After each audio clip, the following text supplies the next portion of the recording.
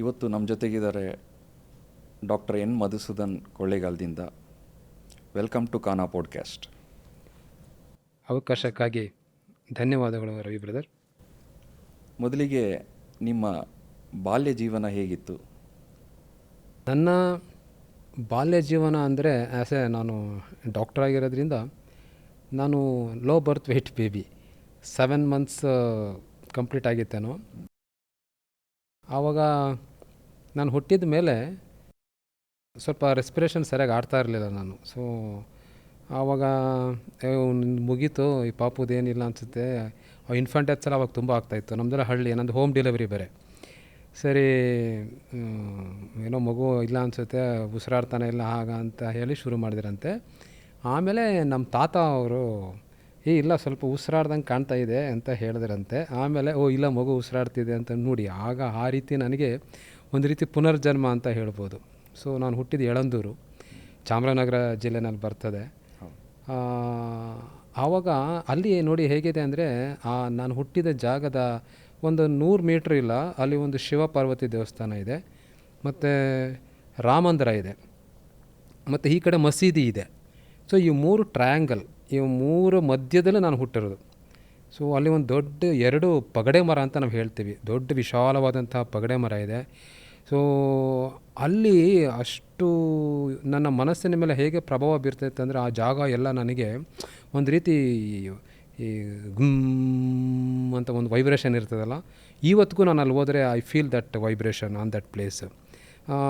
ನಾನು ತುಂಬ ಸೆನ್ಸಿಟಿವ್ ಹುಡುಗ, ತುಂಬ ಜಾಸ್ತಿ ಯಾರ ಜೊತೆನೂ ಸೇರ್ತಾ ಇರಲಿಲ್ಲ. ನಾನು ಪಾಡಿಗೆ ನಾನು ಇರ್ತಾಯಿದ್ದೆ, ನನ್ನ ಕೆಲಸ ಅಷ್ಟು ಮಾಡ್ಕೊತಾ ಇದ್ದೆ. ಒಂದು ರೀತಿ ಭಯ ಮಿಶ್ರಿತ ವಾತಾವರಣ ಅಂತ ಹೇಳ್ಬೋದು. ಮತ್ತು ಒಂಟಿಯಾಗಿ ಇರಲಿಕ್ಕೆ ಇಷ್ಟಪಡ್ತಾಯಿದ್ದೆ ನಾನು. ನನಗನ್ಸುತ್ತೆ ನಾನು ಆ ದಿನಗಳಲ್ಲಿ ನೋಡಿ ಏನಾಗುತ್ತೆ ಮಕ್ಕಳಲ್ಲಿ ಬಾಲ್ಯದ ದಿನಗಳ ಅನುಭವ ಹೇಗೆ ಮುಂದಿನ ದಿನಗಳಲ್ಲಿ ಪ್ರಭಾವ ಬೀರುತ್ತೆ ಅನ್ನಲಿಕ್ಕೆ, ನಾನು 3rd ಸ್ಟ್ಯಾಂಡರ್ಡ್ 4th ಸ್ಟ್ಯಾಂಡರ್ಡ್ ಇದ್ದಾಗ ನನ್ನ ಕ್ಲಾಸ್ ಇತ್ತಲ್ಲ, ನನಗೆ ಪಾಠ ಮಾಡ್ತಾಯಿದ್ದ ಕ್ಲಾಸು, ಆ ಕ್ಲಾಸಲ್ಲಿ ಒಂದು ಡೋರ್ ಇತ್ತು. ಆ ಕಡೆ 5th ಸ್ಟ್ಯಾಂಡರ್ಡ್ಗೂ 6th ಸ್ಟ್ಯಾಂಡರ್ಡ್ಗೂ ಪಾಠ ಮಾಡ್ತಾಯಿದ್ರು. ಮಧ್ಯೆ ಲಾಕ್ ಮಾಡಿದರು ಅಂದರೆ 2 ಬಾಕ್ಲು ಹಿಂಗೆ ಕ್ಲೋಸ್ ಮಾಡಿದಾಗ ಮಧ್ಯೆ ಒಂದು ಗ್ಯಾಪ್ ಇರುತ್ತಲ್ಲ. ನಾವು ಏನು ಮಾಡ್ತಾಯಿದ್ರು, ಹುಡುಗರುಗಳು ಚೇಷ್ಟೆ ಮಾಡೋದಲ್ಲ, ಏನು ಮಾಡ್ತಾಯಿದ್ವು, ಏನೋ ಒಂದು ಬರೆಯೋದು. ಸೊ ತಿಂಡಿ ಮಾಡಿದ್ಯಾ, ಟಿಫಿನ್ ಮಾಡಿ ಆಯಿತಾ ಅಂತ ಬರೆದ್ಬಿಟ್ಟು ಒಂದು ಚಿಕ್ಕ ಚೀಟಿನೆಲ್ಲ ಈ ಕಡೆಯಿಂದ ಕಳಿಸೋದು. ಆ ಕಡೆ 5ನೇ ಕ್ಲಾಸ್ ಹುಡುಗನೋ 6ನೇ ಕ್ಲಾಸ್ ಹುಡುಗರು ಇರ್ತಾರಲ್ಲ, ಅವ್ರು ಅಲ್ಲಿಂದ ಆನ್ಸರ್ ಮಾಡಿ ಅಲ್ಲಿಂದ ಮತ್ತೆ ಚೀಟಿ ಕಳಿಸೋದು. ತಿಂಡಿ ಮಾಡಿದೆ, ಉಪ್ಪಿಟ್ಟು ಮಾಡಿದ್ರು, ನೀನು ತಿಂದ್ಯಾ ಅಂತ. ನಮಗೆ ಒಂದು ಕಮ್ಯುನಿಕೇಷನ್. ಎಕ್ಸಾಕ್ಟ್ಲಿ ಸರ್, ಅದು ಒಂದು ರೀತಿಯ ಸೈಲೆಂಟ್ ಕಮ್ಯುನಿಕೇಷನ್ ಆ್ಯಂಡ್ ಅನ್ನೋಯಿಂಗ್ಲಿ ಎಲ್ಲಿಂದನೂ ಆನ್ಸರ್ ಬರ್ತಾಯಿದೆ ಅಂತ. ನಮಗೆ ಆವಾಗ ಎಷ್ಟು ಬಾಲ್ಯ ಅಂದರೆ, ನಮಗೆ ಆ ಕಡೆ ಪಕ್ಕದಲ್ಲಿ ಇನ್ನೊಂದು ಕ್ಲಾಸ್ ಕೂತಿದೆ, ಅಲ್ಲಿ ಪಾಠ ಮಾಡ್ತಿದ್ದಾರೆ, ಅಲ್ಲಿ ನಮ್ಮ ಥರನೇ ಸ್ಟೂಡೆಂಟ್ಸ್ ಇದ್ದಾರೆ, ಅವ್ರು ಬರೀತಿದ್ದಾರೆ ಅನ್ನೋ ಪ್ರಜ್ಞೆನೇ ಇಲ್ಲ. ನಾವು ಇಲ್ಲಿಂದ ಕ್ವಶನ್ ಹಾಕಿದ್ರೆ ಅವ್ರು ಆ ಕಡೆಯಿಂದ ಆನ್ಸರ್ ಬರ್ತಾ ಇದೆಯಲ್ಲ, ಇದು ಒಂದು ಅನುಭವ ಆಯಿತು. ಆಮೇಲೆ ನನಗೆ ನಮ್ಮ ಮಾವ ಅವರು ಟೆಲಿಫೋನ್ ಡಿಪಾರ್ಟ್ಮೆಂಟಲ್ಲಿದ್ದರು. ಈ ಟೆಲಿಫೋನ್ ಡಿಪಾರ್ಟ್ಮೆಂಟಲ್ಲಿದ್ದಾಗ ಅವ್ರಿಗೆ ಆವಾಗ ಈ ಥರ ಮೊಬೈಲೆಲ್ಲ ಇರಲಿಲ್ಲ. ಅವ್ರೇನು ಟ್ರಂಕಲ್ಲಿ ಬುಕ್ ಮಾಡಬೇಕು, ಬುಕ್ ಮಾಡಿದಾಗ ಅವ್ರು ಕನೆಕ್ಟ್ ಮಾಡಿಕೊಡ್ತಾರೆ. ಅವ್ರ ಹತ್ರ ತುಂಬ ಕನೆಕ್ಷನ್ಸ್ ಇರ್ತಿತ್ತು, ಒಂದು 50-60 ಕನೆಕ್ಷನ್ಸ್ ಇರ್ತಿತ್ತು. ಅಟ್ ಎ ಟೈಮ್ 10 ಕಾಲ್ 12 ಕಾಲ್ ಬರ್ತಿತ್ತು ಅವ್ರಿಗೆ. ನಾನು ರಜಕ್ಕೆ ಮೋಹನ್ ಮನೆಗೆ ಹೋಗ್ತಾಯಿದ್ದೆ, ನರಸೀಪುರದಲ್ಲಿದ್ದರು ಆವಾಗ. ಅವ್ರೇನು ಮಾಡ್ತಾಯಿದ್ರು, ಕೊಳ್ಳೇಗಾಲದಲ್ಲೂ ಇದ್ದರು. ಆವಾಗ ಏನು ಮಾಡ್ತಾಯಿದ್ರು, ಅವರು ನನಗೆ ಹಿಂಗೆ ಇಯರ್ಫೋನ್ ಹಾಕ್ಬಿಟ್ಟು ಕುಂಡಿಸ್ಬಿಟ್ಟು ಎಲ್ಲ ಕನೆಕ್ಷನ್ಸ್ಗಳು ಕೊಟ್ಬಿಡ್ತಾಯಿದ್ರು. ಈ ಕನೆಕ್ಷನ್ಸ್ಗಳು ಏನಾಗ್ತಿತ್ತು ಅಂತಂದರೆ, ಯಾರೋ ಆನ್ಸರ್ ಮಾಡೋದು, ಅದನ್ನು ಇನ್ಯಾರೋ ಅಲ್ಲಿ ಆ ಕಮ್ಯುನಿಕೇಷನ್ಸ್ ಏನು ನಡೀತದೆ ಅದು ನನಗೆ ಗೊತ್ತಾಗ್ತಾಯಿತ್ತು. ನಾನು 3rd ಪರ್ಸನ್ ಆಗಿ ಅದನ್ನು ಕೇಳ್ತಾಯಿದ್ದೆ, ಒಂದು ಸಾಕ್ಷಿ ಭಾವದಲ್ಲಿ ಕೇಳ್ತಾಯಿದ್ದೆ.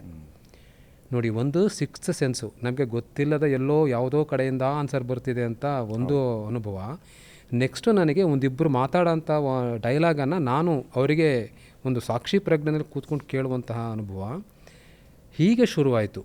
ಮತ್ತು ಆಮೇಲೆ ಏನಾಯಿತು, ಈ T V white and black T ವಿಗಳು ಬರೋಕ್ಕೆ ಶುರು ಆಯಿತು. ನಮ್ಮ ಚಿಕ್ಕಪ್ಪವ್ರ ಮನೆಯಲ್ಲಿ ಟಿ ವಿ ಹಾಕ್ತಿದ್ರು, ಆರ್ಸನ್ ಅಂತ ಟಿ ವಿ. ಅದು ಕನೆಕ್ಷನ್ಸ್ ಎಲ್ಲ ಸರಿ ಇರಲಿಲ್ಲ ಅವಾಗಷ್ಟು.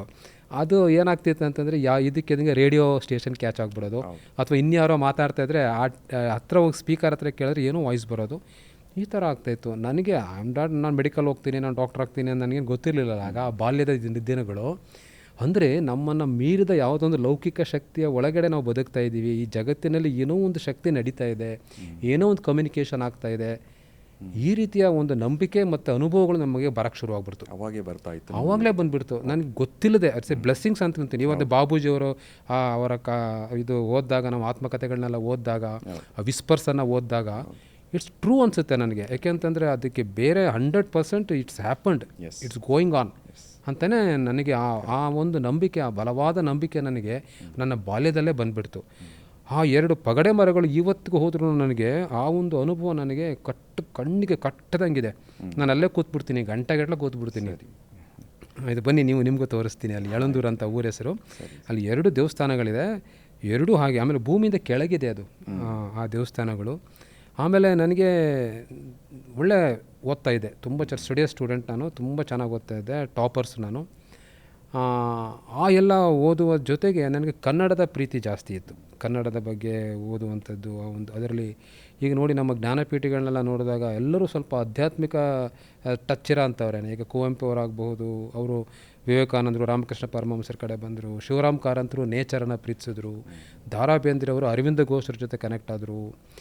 ಹೀಗೆ ನಮ್ಮ ಒಂದು ಜೀವನ ಮತ್ತು ಸಾಹಿತ್ಯ ಮತ್ತು ಕನ್ನಡದ ಪ್ರೀತಿ ಮತ್ತು ಅಧ್ಯಾತ್ಮ ಇದೆಲ್ಲವೂ ಸೇರಿಸಿ ನನಗೆ ಒಂದು ರೀತಿಯ ಹವ್ಯಾಸಿ ಬರಹಗಾರ ನಾನು. ಆ್ಯಕ್ಚುಲಿ ವೈದ್ಯಕೀಯ ಕ್ಷೇತ್ರದಲ್ಲಿ ಇದ್ಕೊಂಡು ಡಾಕ್ಟ್ರಾಗಿ ಕೆಲಸ ಮಾಡ್ತಿದ್ರು ನಾನು 3 ಪುಸ್ತಕಗಳನ್ನು ಸಹ ನಾನು ಬರೆದು, 2 ಕವನ ಸಂಕಲನ, 3ನೇದು ರೆಡಿ ಆಗ್ತಾ ಇದೆ, ಮತ್ತು ಒಂದು ದಾಜಿ ಗುರುಗಳಿಗೂ ಒಂದು ಬಯಲು ಕೊಟ್ಟಿದ್ದೀನಿ. ಪುಸ್ತಕಗಳ ಹೆಸರು ಹೇಳ್ಬೋದಾ? ನನ್ನ ಮೊದಲನೆಯ ಕವನ ಸಂಕಲನ ಬಯಲು, 2ನೆಯ ಕವನ ಸಂಕಲನ ಸ್ಥಿತಪ್ರಜ್ಞ, ಮತ್ತು 3ನೇದು ಸ್ವಾಸ್ಥ್ಯಮುಖಿ ಅಂತ. ಸೊ ಈ 3 ಪುಸ್ತಕಗಳು ನನ್ನ ಹತ್ರ ಇದೆ actually brother. This is the ಬಯಲು. ಬಯಲು ತಗೊಳ್ಳಿ, ಕ್ವಶನ್ಸ್ ನೋಡಬೇಕು. ಮತ್ತು 2ನೇದು ಸ್ಥಿತಪ್ರಜ್ಞ, 2ನೇದು. ಸೊ 3ನೇದು ಸ್ವಾಸ್ಥ್ಯಮುಖಿ. ಸೊ ಎಲ್ಲ ಸ್ಪಿರಿಚುವಲ್ ಪೊಯಮ್ಸ್ ನಾನು ಗುರುಗಳಿಗೂ ಸಬ್ಮಿಟ್ ಮಾಡಿದ್ದೀನಿ, ಅವರು ನೋಡಿದ್ದಾರೆ. ಸೊ ಹೀಗೆ ನನ್ನ ಒಂದು ಜೀವನ ಮತ್ತು ಬಾಲ್ಯ ಶುರುವಾಯಿತು. ಈ ಒಂದು ಲೌಕಿಕ ಜೀವನದಲ್ಲಿ ಇದ್ಕೊಂಡೇ ಆಧ್ಯಾತ್ಮಿಕವಾಗಿ ಒಂದು ಸರ್ಚು ನನಗೇ ಗೊತ್ತಿಲ್ಲದೇ ಒಂದು ತಾನಾಗೆ ಶುರುವಾಯಿತು ಅಂತ ನಾನು ಹೇಳಲಿಕ್ಕೆ ಇಷ್ಟಪಡ್ತೀನಿ ಬ್ರದರ್. ಹೌದು. ನೀವು ವೈದ್ಯಕೀಯ ಕೆಲಸವನ್ನು ಮಾಡುತ್ತಾ ಆಧ್ಯಾತ್ಮಿಕದ ಕಡೆಗೆ ನಿಮ್ಮ ಪಯಣ ಹೇಗೆ ಆರಂಭ ಆಯಿತು? ಅಂದರೆ ಹಾರ್ಟ್ಫುಲ್ನೆಸ್ ಕಡೆಗೆ ಹೇಗೆ ನನಗೆ ಬ್ರದರ್ ಹೇಳೋದಾದರೆ, ನನಗೆ ಹಾರ್ಟ್ಫುಲ್ನೆಸ್ಸು ಅಷ್ಟು ಸುಲಭವಾಗಿ ಸಿಕ್ಕಲಿಲ್ಲ. ಅಲದಾಡಿದ್ದೀನಿ ನಾನು, ತುಂಬ ಕಡೆ ಅಲದಾಡಿ ಆಮೇಲೆ ಬಂದಿದ್ದೀನಿ. ಮೊದಲನೇದು. 2ನೇದು, ನಾನು ವೈದ್ಯಕೀಯ ಕ್ಷೇತ್ರಕ್ಕೆ ಬಂದಾದಮೇಲೆ ಆಧ್ಯಾತ್ಮಿಕ ಜೀವನ ಶುರು ಆಗಿದೆ ಅಂತ ನನಗೆ ಅನಿಸಲ್ಲ. ನನ್ನ ಮೊದಲನ ಬೇಸ್ಮೆಂಟೇ ಆಧ್ಯಾತ್ಮಿಕ. S brother. ಆ ಕನೆಕ್ಟಿವಿಟಿಯ ಮೇಲ್ಗಡೆ ನನಗೆ ಆ್ಯಕ್ಚುಲಿ ಇಂಜಿನಿಯರಿಂಗ್ ಆಗಬೇಕಂತ ಇಷ್ಟ ಇತ್ತು. ನಮ್ಮ ಪೇರೆಂಟ್ಸ್ ಎಲ್ಲರೂ ಇಲ್ಲಪ್ಪ, ನಮ್ಮ ರಿಲೇಷನ್ಸ್ ಎಲ್ಲ ನಮ್ಮ ಇದರಲ್ಲಿ ಯಾರೂ ಡಾಕ್ಟರ್ಸ್ ಇಲ್ಲ, ಎಲ್ಲ ಇಂಜಿನಿಯರ್ಸ್ಗಳೇ, ನೀನು ಡಾಕ್ಟರ್ ಆಗು ಅಂತ ಅಂದ್ಬಿಟ್ಟು ಆ ಡೆಸ್ಟಿನಿ ಏನಿತ್ತು ನನ್ನ ಡಾಕ್ಟರ್ ಮಾಡ್ತು. Actually I am very much fond of mathematics, ಆಯ್ತಲ್ಲ. ಓಕೆ, ಡೆಸ್ಟಿನಿ ಹಾಗಿತ್ತು, ನಾನು ಡಾಕ್ಟರ್ದೆ. ಬಟ್ ಸ್ಪಿರಿಚುವಲ್ ಟಚ್ ಮತ್ತು ಸ್ಪಿರಿಚುವಲ್ ಥಿಂಕಿಂಗ್ ಎಲ್ಲ ನನಗೆ ಚಿಕ್ಕಂದಿನಿಂದಲೇ ನನಗೆ ಬಂದುಬಿಟ್ಟಿತ್ತು ಬ್ರದರ್. ತದನಂತರದಲ್ಲಿ ನಾನು ಆ್ಯಕ್ಚುಲಿ ನನಗೆ ಗೊತ್ತಿಲ್ಲ, when I was in 10th standard ಒಳಗಡೆಯಿಂದ ಒಂದು ಸಲ ಏನಾಗಿದೆ, ನಾನು ಆ್ಯಕ್ಚುಲಿ ಸ್ನಾನ ಮಾಡ್ತಾಯಿದ್ದಾಗ I see my own body.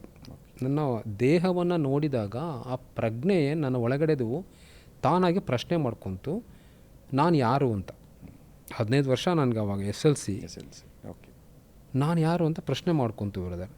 ನನಗೆ ಆನ್ಸರ್ ಗೊತ್ತಿಲ್ಲ, ನನಗೆ ಆನ್ಸರ್ ಅದು ಪ್ರಶ್ನೆ ಅನ್ನೋದೇ ಗೊತ್ತಿಲ್ಲ ನನಗೆ. First of all why this happen, ಯಾಕೆ ಹಿಂಗಾಯಿತು, ಹುಡುಕಾಟ ಶುರು ಆಯಿತು. ಅದರ ಎಲ್ಲ ಬೇಸ್ಮೆಂಟು ಆ ರೀತಿ ಪ್ರಶ್ನೆ ಹೇಳಿಸ್ಬಿಡ್ತು ನನಗೆ. ನನಗೆ ಗೊತ್ತಿಲ್ಲ. ನಮ್ಮೂರಲ್ಲಿ ಇದ್ದಿದ್ದು ಆವಾಗ ಬ್ರಹ್ಮಕುಮಾರೀಸ್ ಅಂತ ಒಂದಿತ್ತು, ಎಲ್ಲ ಬಿಳಿ ಬಟ್ಟೆ ಹಾಕೊಂಡು ಓಡಾಡ್ತಾಯಿದ್ರು. ನಾನು SLC ಹುಡುಗ. ನಮ್ಮ ಅಪ್ಪ ಅಮ್ಮನ ಕೇಳಿದ್ರೆ ಅವ್ರಿಗೇನು ಗೊತ್ತು, ಏನೇನೋ ಮಾತಾಡಬೇಡ ಹೋಗು ಅಂತ ಹೇಳ್ತಿದ್ರು ಅವರು.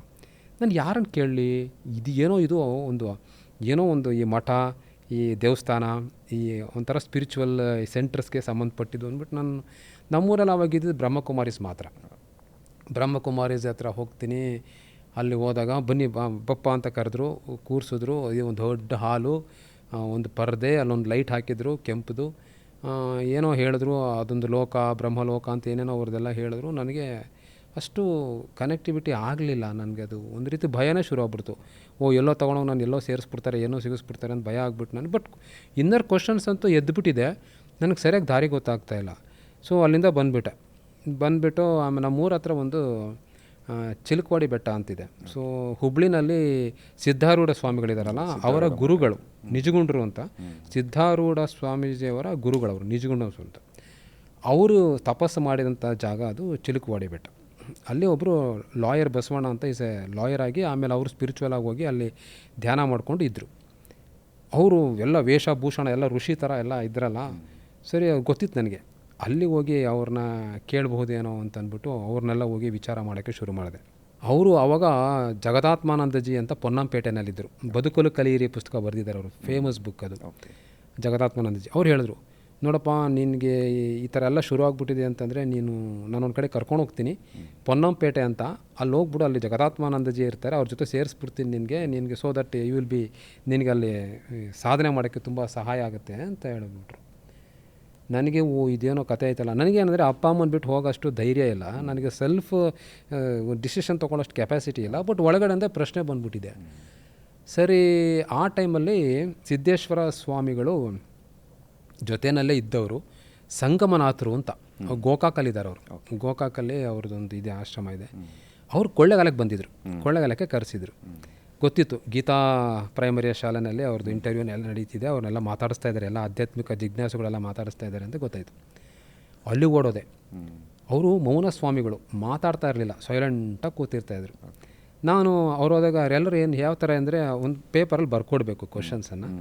ಸರಿ, ಅದನ್ನು ಅವ್ರು ತೊಗೊಂಡು ನೋಡ್ಬಿಟ್ಟು ವಾಪಸ್ ಕೊಡ್ತಾರೆ, ಅವ್ರ ಆನ್ಸರ್ ಬರೆದು ಕೊಡ್ತಾರೆ. ಈ ಥರ ನಡೀತಾಯಿತ್ತು. ನಾನು ಸೇಮ್ ಕ್ವಶನ್ ನಂದು ಅದೇ ಕೂತ್ಬಿಟ್ಟಿತ್ತಲ್ಲ, ನಾನಾರು ಅಂತ ಬರೆದ್ಬಿಟ್ಟು ಕೊಟ್ಬಿಟ್ಟು ಅವ್ರಿಗೆ ಲೆಟ್ರ್ ಕೊಟ್ಟೆ. ಅವ್ರು ತೊಗೊಂಡು ನೋಡಿದ್ರು, ನಾನು ಹಿಂಗೆ ನೋಡಿದ್ರು, ನೋಡಿಬಿಟ್ಟು ಅದೇ ಕ್ವಶನ್ ನಾನಾರು, ಅಷ್ಟೇ ಬ್ರದರ್, ಅಷ್ಟೇ ಅದೇ ಕ್ವಶನ್ ಕೊಟ್ಟರು. ಒಂದು ಸಲ ಆಧ್ಯಾತ್ಮಿಕವಾದಂತಹ ಒಂದು ಜಿಜ್ಞಾಸೆ ಶುರುವಾದ ಮೇಲೆ ನೀವು ಮನೆಯನ್ನು ತೊರೆಯಬೇಕು, ಗೋಕಾಕಿಗೆ ಬಂದುಬಿಡಿ, ನೀವು ಅಲ್ಲಿ ಸಾಧನೆಯನ್ನು ಮಾಡಬಹುದು ಅಂತ ಆ ಕಡೆಯಿಂದ ಆನ್ಸರ್ ಬಂತು. ಇದು ಒಳ್ಳೆ ಕತೆ ಆಯ್ತಲ್ಲ ನನಗೆ. ಎಲ್ಲಿ ಕೇಳಿದ್ರು ಮನೆ ಬಿಟ್ಬಿಟ್ಟು ಬಂದುಬಿಡು, ಅಲ್ಲಿ ಸಾಧನೆ ಮಾಡ್ಬೋದು, ಇಲ್ಲಿ ಸಾಧನೆ ಮಾಡ್ಬೋದು ಅಂತ ಇದ್ದಾರಲ್ಲ ಅಂದ್ಬಿಟ್ಟು ಕಸಿವಿಸಿ ಆಯಿತು, ಗೊಂದಲ ಆಯಿತು, ಭಯ ಆಯಿತು ನನಗೆ. ಇದು ಹೆಂಗಪ್ಪ, ಇದು ಈ ಥರ ಆದರೆ ಕಷ್ಟ ಆಗ್ತದಲ್ಲ ನನಗೆ ಅಂತ.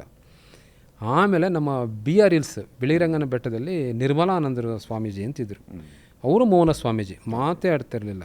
ಸೊ ಅವರೊಂದು ಗಾರ್ಡನ್ ಅಟ್ ಫಾರೆಸ್ಟ್ ಗಾರ್ಡನ್ಸ್ ಅಂತ ಏನೋ, ಫ್ಲವರ್ಸ್ ಇನ್ ದ ಗಾರ್ಡನ್ ಅಂತ ಏನೋ ಬರೆದಿದ್ದಾರೆ ಬುಕ್ಕು. ಅದು ಕೊಟ್ಟರು ನನಗೆ. ಅವ್ರಿಗೆ ಹೋದೆ, ಅವ್ರ ಹತ್ರ ಏನು ಪ್ರಶ್ನೆ ಏನಿಲ್ಲ, ಮಾತಾಡ್ತಿರ್ಲಿಲ್ಲ. ಅವ್ರ ಹತ್ರ ಹೋದೆ, ಅಲ್ಲಿ ಒಳ್ಳೆ ನೇಚರು, ಒಳ್ಳೆ ಒಂದು ಮಠ ಕಟ್ಕೊಂಡಿದ್ರು ಅವರು, ಆಶ್ರಮ ಇತ್ತು. ಅವ್ರ ಹತ್ರ ಹೋದೆ, ಅವರು ಪುಸ್ತಕ ಕೊಟ್ಟರು. ಪುಸ್ತಕ ತೊಗೊಳ್ತೀನಿ, ಓದ್ತೀನಿ, ಅದು ನನಗೆ ಯಾಕೋ ಸ್ಯಾಟಿಸ್ಫ್ಯಾಕ್ಷನ್ ಸಿಗ್ತಾಯಿಲ್ಲ. ಮತ್ತು ಅಲ್ಲೇ ರಾಮಕೃಷ್ಣ ಆಶ್ರಮದಲ್ಲಿ ಒಬ್ಬರು ಸುರೇಶಾನಂದಜಿ ಅಂತ ಇರಿಸಿದ್ರು. I think is IAS officer, retired. ಅವ್ರು ಅಲ್ಲಿ ಬಂದು ಸಾಧನೆ ಮಾಡ್ತಿದ್ರು. ಅವ್ರ ಹತ್ರ ಹೋದೆ, ಅವ್ರ ಹತ್ರ ಪ್ರಶ್ನೆ ಮಾಡಿದೆ. ಆಮೇಲೆ ಮೈಸೂರು ರಾಮಕೃಷ್ಣ ಆಶ್ರಮದಲ್ಲಿ ನಿತ್ಯಸ್ಥಾನಂದಜಿ ಅಂತ ಇದ್ದರು, ಅವ್ರ ಹತ್ರ ಹೋದೆ, ಅವರಿಗೆ ಪ್ರಶ್ನೆ ಮಾಡಿದೆ. ಎಲ್ಲರಿಗೂ ಬರೀ ಪ್ರಶ್ನೆ ಮಾಡೋದು, nobody is going to give correct clarity answer ಇಲ್ಲ. ಇದೇ ಸಂದರ್ಭದಲ್ಲಿ ಕೊಳ್ಳೇಗಾಲಕ್ಕೆ ಸಿದ್ದೇಶ್ವರ ಸ್ವಾಮಿಗಳು ಬಂದರು. ಅವ್ರು ಬಂದಾಗ ನನಗೆ ನಾನು ಅವಾಗ ಮೆಡಿಕಲಲ್ಲಿ ಫಸ್ಟ್ ಇಯರ್ ಏನೋ ಇದ್ದೆ, ರಜಕ್ಕೆ ಬಂದಿದ್ದೆ ಕೊಳ್ಳೇಗಾಲಕ್ಕೆ ಬಂದಾಗ ಅಲ್ಲಿ JSS ಶಾಲೆ ಕಾಲೇಜು ಆವಾಗ ತಾನೇ ಶುರು ಆಗ್ತಾಯಿತ್ತು. ಅವ್ರದ್ದು ಪ್ರವಚನ ಇಟ್ಟಿದ್ರು, ಭಗವತ್ ಚಿಂತನ ಅಂತ. ಆ ಪ್ರವಚನದ ಎಲ್ಲ ಆದಮೇಲೆ ಕಂಪೈಲೇಷನ್ ಆಫ್ ಒಂದು 30 ಡಿಸ್ಕೋರ್ಸಸ್ 40 ಡಿಸ್ಕೋರ್ಸಸ್ ಇತ್ತು. ಡೈಲಿ ಒಂದೊಂದು ವಿಚಾರದ ಬಗ್ಗೆ ಪ್ರವಚನ ಕೊಡ್ತಾಯಿದ್ರು. ಸೊ ಸಿದ್ದೇಶ್ವರ ಸ್ವಾಮಿಗಳದ್ದು ಆ ಪ್ರವಚನದ ನಾನು ರಜಾ ತಾನೇ, ಸಾಯಂಕಾಲ ಕರೆಕ್ಟಾಗಿ 6 ಗಂಟೆಯಿಂದ 7 ಗಂಟೆಗೆ ಮುಗಿಸ್ತಾಯಿದ್ರು ಅವರು. ಅಲ್ಲಿಗೆ ಹೋದೆ, ಒಂದು 3-4 ಕ್ವಶನ್ ಅವ್ರದ್ದು ಇಂಟರ್ವ್ಯೂನೆಲ್ಲ ಕೇಳಿದೆ. ಇದೇನೋ ಇದರಲ್ಲಿ ಏನೋ ಇದೆ. ಅವರು ನೇಚರಿಂದ ತೊಗೊಂಡು ಹೋಗಿ ಕೊನೆಗೆ ವೈಯಕ್ತಿಕಕ್ಕೆ ಬಂದು, ಆದರೆ ಹೇಗೆ ನಾವು ಅದ್ರ ಜೊತೆ ಮರ್ಜೋಗಿ ಹೋಗಬೇಕು ಅಂತ ತುಂಬ ಸರಳವಾಗಿ, ಸಹಜವಾಗಿ ಒಬ್ಬ ಸಾಮಾನ್ಯ ವ್ಯಕ್ತಿಗೂ ಅರ್ಥ ಆಗೋ ಥರ ಡಿಸ್ಕೋರ್ಸಸ್ ಕೊಡ್ತಾಯಿದ್ರು. ಅಲ್ಲಿ ಬುಕ್ಸ್ ಎಲ್ಲ ಇಟ್ಟಿದ್ರು. ಓಕೆ ರವಿ ಬ್ರದರ್, ಏನಂದರೆ ಆ ಬುಕ್ಕಲ್ಲಿ ಒಂದು ಟೈಟಲ್ ಏನು ಗೊತ್ತಾ, ನಾನಾರು ಅಂತ. ಸರಿ ಸರಿ ಸರಿ ನೀವು ಪ್ರಶ್ನೆ ಕೇಳಿದ್ರಲ್ಲ, ಅದೇ ಬಂದ್ಬಿಟ್ಟು ನಾನು ಕೇಳಿದ ಪ್ರಶ್ನೆಗೆ ಒಂದು ಪುಸ್ತಕನೇ ಇದೆ ಅಲ್ಲಿ ನೋಡಿ. ಟಕ್ಕಂತ ತೊಗೊಂಡೆ, ನಂಗೆ ಭಾಳ ಖುಷಿ ಆಗೋಯ್ತು. ನಾನು ಅವರನ್ನು ಪುಸ್ತಕ ತೊಗೊಂಡೆ, ಓದಿದೆ. ಒಂದು 40-50 ಎಪಿಸೋಡ್ಸ್ ಇತ್ತು, ಎಲ್ಲವೂ ಓದಿದೆ. ಇದೊಂದು ಅದೇ ನನ್ನ ಜೀವನ ಅನ್ನೋ ಥರ ಓದಿದೆ. ಅದನ್ನೆಲ್ಲ ಓದಿ ಆದಮೇಲೆ ಮೀಟ್ ಮಾಡಬೇಕು, ಅವ್ರನ್ನ ಮಾತಾಡಿಸ್ಬೇಕು, ಸಿದ್ದೇಶ್ವರ ಸ್ವಾಮಿಗಳನ್ನ. ಅವರಲ್ಲಿ ಏನು ಬರುತ್ತೆ, ಅಂತ ಅಂದ್ಬಿಟ್ಟು ನಾನು ಆ ಅಡ್ರೆಸ್ ನೋಡಿದೆ, ಕೆಳಗಡೆ ಬಂದಿತ್ತು ಆ ಪ್ರಕಾಶಕರು ಅದೇನೇನು ಅಡ್ರೆಸ್ ಎಲ್ಲ ಬಂದಿತ್ತಲ್ಲ, ಜ್ಞಾನಯೋಗಾಶ್ರಮ ಬಿಜಾಪುರ ಅಂತ ಇತ್ತು. ಅಲ್ಲಿಗೂ ಹೊಡೋದೆ. ಜ್ಞಾನಯೋಗಾಶ್ರಮ ಹುಬ್ಳಿಯಿಂದ, ನಾನು ಹುಬ್ಳಿನಲ್ಲಿ KMC ಹುಬ್ಳಿನಲ್ಲಿ ಮೆಡಿಕಲ್ ಮಾಡಿದ್ದು. ರಜಕ್ಕೆ ಕೊಳ್ಳೆಗಾಲಕ್ಕೆ ಹೋಗಿದ್ದೆ ಆಯ್ತಲ್ಲ. ಆ ರಜಾ ಮುಗಿಸ್ಕೊಂಡು ಬಂದುಬಿಟ್ಟೆ, 3 ದಿವಸ ನಾನು ಇದ್ದೆ, ಬಂದುಬಿಟ್ಟೆ. ಅದು 1 ತಿಂಗಳಾಗಿದೆ ಸಿದ್ದೇಶ್ವರ ಸ್ವಾಮಿಗಳ ಪ್ರವಚನ, ನನಗೆ ಲಭ್ಯತೆ ಇಲ್ಲ, ಬಂದುಬಿಟ್ಟೆ. ಪುಸ್ತಕ ತೊಗೊಂಡಿದ್ನಲ್ಲ, ಅಡ್ರೆಸ್ ಗೊತ್ತಿತ್ತು. ಸರಿ ಲೆಟ್ರು ಬರೆದೆ. ಲೆಟ್ರ್ ಬರೆದ್ಬಿಟ್ಟು ಈ ಥರ ನಾನು ವೈದ್ಯಕೀಯ ವಿದ್ಯಾರ್ಥಿ, ಹುಬ್ಳಿನಲ್ಲಿ ಓದ್ತಾ ಇದ್ದೀನಿ, ಬುದ್ಧಿಯವ್ರನ್ನ ಮೀಟ್ ಮಾಡಬೇಕು, ನಾನು ಸಿದ್ದೇಶ್ವರ ಸ್ವಾಮಿಗಳು ಸಿಗ್ತಾರ ಅಂತ ಅಂದ್ಬಿಟ್ಟು ಬರೆದು ಕಳಿಸ್ದೆ. ಅವರು ಅಲ್ಲಿಂದ ಆನ್ಸರ್ ಕಳಿಸಿದ್ರು, ನೀವು ಹುಬ್ಳಿನಲ್ಲಿದ್ದೀರಲ್ಲ, ನಿಮ್ಮ ಹುಬ್ಬಳ್ಳಿಯ ಪಕ್ಕದಲ್ಲೇ ಕುಂದಗೋಳ ಅಂತ ಇದೆ, ಕುಂದಗೋಳದಲ್ಲಿ ಈಗ ಬುದ್ಧಿಯವ್ರದ್ದು ಪ್ರವಚನಗಳು ನಡೀತಾ ಇದೆ, ನೀವು ಸಾವಕಾಶವಾಗಿ ಅಲ್ಲೇ ಭೇಟಿ ಮಾಡ್ಬೋದು ಅಂತ ಹೇಳಿದ್ರು. 40-50 ಕಿಲೋಮೀಟರ್ನ ಅಷ್ಟೇ ಹುಬ್ಬಳ್ಳಿಯಿಂದ ಕುಂದಗೋಳ. ಬಿಜಾಪುರ 1 ನೈಟ್ ಜರ್ನಿ ಆಗುತ್ತೆ, 200-300 ಕಿಲೋಮೀಟರ್ಸ್ ಆಗುತ್ತೆ. ಸೊ 300 ಕಿಲೋಮೀಟರ್ಸ್ಗಿಂತ ಇಲ್ಲಿ 40 ಕಿಲೋಮೀಟರ್ಸ್ ಒಳ್ಳೆದಲ್ಲ ಅಂದ್ಬಿಟ್ಟು ನನ್ನ ಮೆಡಿಕಲ್ ಕ್ಲಾಸಸ್ ಎಲ್ಲ ಮುಗಿದ್ಮೇಲೆ ಸಾಯಂಕಾಲ ಟ್ರೈನ್ ಹೋಗ್ತಾಯಿತ್ತು, ಹೋಗೋದು. ಹೋಗ್ಬಿಟ್ಟು ನಾನು ಫಸ್ಟ್ ದಿವಸ ಹೋದೆ, ಅಲ್ಲಿ ಶಿವಾನಂದ ಮಠ ಅಂತಲೇ ಇತ್ತು, ಶಿವಾನಂದ ಮಠಕ್ಕೆ ಹೋದೆ. ಹುಡ್ಕೊಂಡು ಹೋದೆ, ಬಸ್ ಸ್ಟ್ಯಾಂಡಿಂದ ಇಳಿದ್ಬಿಟ್ಟು ನಡ್ಕೊಂಡು ಹೋದೆ, ಬಿಸಿಲಲ್ಲಿ. ಖುಷಿ ನನಗೆ, ಸಿದ್ದೇಶ್ವರ ಸ್ವಾಮಿಗಳು ಮೀಟ್ ಮಾಡ್ತೀನಲ್ಲ ಅಂತ ಹೋದೆ. ಅಲ್ಲಿ ಮಠಕ್ಕೆ ಹೋದ್ಮೇಲೆ ಅವ್ರು ಹೇಳಿದ್ರು, ಸಿದ್ದೇಶ್ವರ ಸ್ವಾಮಿಗಳು ಮೀಟ್ ಮಾಡೋಕ್ಕೆ ಬಂದಿದ್ದಾರೆ ಯಾರೊಬ್ಬರು ಮೆಡಿಕಲ್ ಸ್ಟೂಡೆಂಟು ಹುಬ್ಳಿ KMCಯಿಂದ ಅಂತ. ನೀವೊಂದು ಕೆಲಸ ಮಾಡಿ, ಅಲ್ಲಿ ಸ್ಕೂಲ್ ಇದೆಯಲ್ಲ, ಸ್ಟಾರ್ಟಿಂಗ್ ಊರು ಶುರುವಾಗುತ್ತಲ್ಲ ಸ್ಕೂಲು, ಅಲ್ಲೇ ಅವ್ರು ಇರ್ತಾರೆ, ಅವ್ರು ಇಲ್ಲೇ ಬಂದಿಲ್ಲ ಮಠದಲ್ಲಿ, ಅಲ್ಲೇ ಸ್ಕೂಲಲ್ಲೇ ಇದ್ದಾರೆ ಅಂದರು. ಸುಮಾರು 1-1.5 ಕಿಲೋಮೀಟ್ರ್ ಆಗುತ್ತೆ. ನಾನು ಬಸ್ ಸ್ಟ್ಯಾಂಡ್ ಇಳಿದು ಇಲ್ಲಿಗೆ ನಡ್ಕೊಂಡು ಬಂದಿದ್ದೆ. ತಿರುಗಿ ಅಲ್ಲಿಂದ ವಾಪಸ್ ಇನ್ನೂ 1-1.5 ಕಿಲೋಮೀಟ್ರ್ ನಡ್ಕೊಂಡು ಹೋದೆ. ಸಿದ್ದೇಶ್ವರ ಸ್ವಾಮಿಗಳು ಮೀಟ್ ಮಾಡಬೇಕನ್ನೋ ಒಂದು ರೋಮಾಂಚನ. ಸರಿ ಹೋದೆ, ಸ್ವಾಮಿಗಳನ್ನ ಮೀಟ್ ಮಾಡಿದೆ. ಅವರು ನೋಡಿದ್ರು, ಹುಡುಗ ಬಪ್ಪ ಕೂತ್ಕೋ, ಏನು ಸಮಾಚಾರ, ಏನು ಪ್ರಶ್ನೆ, ಏನು ಬಂದೆ ಅಂತೆಲ್ಲ ಹಿಂಗೆ ಕುಶಲೋಪರಿ ಕೇಳ್ತಾಯಿದ್ರು. ನಾನು ಅಲ್ಲಿ ಸುಮಾರು ಜನ ಚಿಂತಕರೆಲ್ಲ ಕೂತಿದ್ರು, ಅವ್ರನ್ನ ಏನೋ ನಡೀತಿತ್ತು, ಡಿಸ್ಕಷನ್ಸ್ ಏನೋ ನಡೀತಿತ್ತು. ಒಂದು 10-12 ಜನ ಇದ್ದರು. ನಾನು ಹೋದೆ, ಏನು ಎಲ್ಲ ಕೂತಿದ್ದಾರೆ, ನಾನಿದ್ದೆ. ನಮಸ್ಕಾರ ಸ್ವಾಮಿ, ಏನಪ್ಪ ಅಂತ. ನಂದೊಂದು ಪ್ರಶ್ನೆ ಇದೆ ಗುರುಗಳೇ ಅಂತ. ಏನಪ್ಪ ಅಂತಂದರು. ನಾನು ಯಾರು ಅಂತ ಕೇಳಿದೆ, ನಾನು ಯಾರು ಅಂತ ಕೇಳಿದೆ. ಅದು ಕ್ಲಿಯರ್ ಆಗಿಲ್ಲ, ಇನ್ನೂ ಕ್ಲಿಯರ್ ಆಗಿಲ್ಲ ಗುರುಗಳೇ. ರವಿ ಇನ್ನೂ ಹೇಳ್ತೀನಿ, ನಾನು ಯಾರು ಅಂತ ಕೇಳಿದೆ. ಅಲ್ಲಿದ್ದವರು ಎಲ್ಲರೂ ಗೊಳ್ಳಂತ ನಕ್ಬಿಟ್ರು. ಸರಿ, ನನಗೆ ಯಾಕೆ ಇವರೆಲ್ಲ ನಗ್ತಾ ಇದ್ದಾರೆ, ಏನಾಯಿತು ಪ್ರಶ್ನೆ ಅಂತ ನನಗೆ ಅರ್ಥ ಆಗಲಿಲ್ಲ. ಸರಿ, ಬುದ್ಧಿಯವರು ಎಲ್ಲರೂ ನೋಡ್ಬಿಟ್ಟು ಒಂದು ಕಡೆಯಿಂದ, ಆ ಗುಂಪಲ್ಲೊಬ್ಬರು ಸೀನಿಯರ್ ಇದ್ದರು, ಒಂದು 80+ ಇಯರ್ಸ್ ಆಗಿತ್ತು. ಅವರಿಗೆ ತೋರಿಸಿದ್ರು. ನೋಡು ಹುಡುಗ ಏನೋ ಕ್ವಶನ್ ಕೇಳಲಿಕ್ಕತ್ತಾನ, ಹೇಳಿ ಏನಂತ ಕೇಳ್ತಿದ್ದಾನೆ ಹೇಳಿ ಅಂತಂದರು. ಕೇಳಪ್ಪ ಅಂತಂದರು. ಬುದ್ಧಿಯರ, ನಾನು ಯಾರು ಅಂತ ಕೇಳಿದೆ. ಅವರಂದರು, ಅಲ್ಲೋ ತಮ್ಮ, ಇದನ್ನ ನಾನು ಈ 80 ವರ್ಷ ಆಗಿದೆ, ಇನ್ನೂ ನಾನು ಹುಡುಕ್ಲಿಕ್ಕೆ ಹತ್ತೀನಿ, ನೀನು ಹಿಂಗೆ ಕೇಳ್ಬಿಟ್ರೆ ಹೆಂಗ್ಲಾ ಅಂತಂದರು. ಫುಲ್ ಎಲ್ಲರೂ ಮತ್ತೆ ಗೊಳ್ಳಂತ ನಕ್ಕರು. ಆಮೇಲೆ ನಗು ಎಲ್ಲ ನಿಂತಾದ್ಮೇಲೆ ಸ್ವಲ್ಪ ಸಮಾಧಾನವಾದಮೇಲೆ ವಾತಾವರಣ, ಸಿದ್ದೇಶ್ವರ ಸ್ವಾಮಿಗಳು ಹೇಳಿದ್ರು, ನೋಡು ನೀನು ಪಾಲ್ ಬ್ರಂಟನ್ ಅಂತ ಒಬ್ಬ ಇದ್ದಾನೆ, ಅವನು ಇದು into the search of secret India ಅಂತ ಒಂದು ಬುಕ್ಕಿದೆ. Into the search of secret India ಅಂತ, ಅದನ್ನು ನೀನು ಓದಬೇಕು. ಆಮೇಲೆ ರಮಣ ಮಹರ್ಷಿಗಳು ಅಂತ ಒಬ್ರು ಇದ್ದಾರೆ, ಗೊತ್ತಾ ನಿನಗೆ ಅಂತಂದರು. ಗೊತ್ತಿಲ್ಲ ಬುದ್ಧಿಯರೇ ಅಂದೆ. ರಮಣ ಮಹರ್ಷಿಗಳದೊಂದು ಯಾವ ಪುಸ್ತಕ ಆದರೂ ಪರವಾಗಿಲ್ಲ, ರಮಣ ಮಹರ್ಷಿಗಳದ್ದು, ಅದನ್ನು ನೀನು ಓದು ಅಂತ ಹೇಳಿದ್ರು. ಸರಿ ಬುದ್ಧಿಯವರೇ ಅಂತ. ಸೊ ಆಮೇಲೆ ಇನ್ನೊಂದು ಅವ್ರು ಹೇಳಿದ್ದು ರಾಮಕೃಷ್ಣ ವಚನವೇದ, ಅದು 2 ವಾಲ್ಯೂಮು, ಪೂರ್ವಾರ್ಧ ಉತ್ತರಾರ್ಧ ಅಂತ ಬರುತ್ತೆ, ಅದನ್ನು ತೊಗೊಂಡು ಓದು. So he has prescribed me 3 books. ಒಂದು into the search of secret India, ಮತ್ತು ರಮಣ ಮಹರ್ಷಿಗಳದ್ದು ಯಾವ ಪುಸ್ತಕ ಆದರೂ ಸರಿ ಅಂದರು. ಸೊ ಫುಲ್ಲು ವ್ಯಾಪ್ತಿ ಕೊಟ್ಟರು.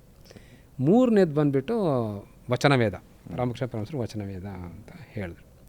ಸರಿ ಬುದ್ಧಿಯವರೇ ಅಂದ್ಬಿಟ್ಟು ನಾನು ಇದು ಮಾಡಿಕೊಂಡು ಆಮೇಲೆ ಬಂದೆ. ಹೀಗೆ ನನ್ನ ಜೀವನ, ಈ ಪ್ರಶ್ನೆ ಹೀಗೆ ನಂದು ಒಂದೊಂದಾಗಿ ತಗೊಂಡು ಶುರುವಾಯಿತು.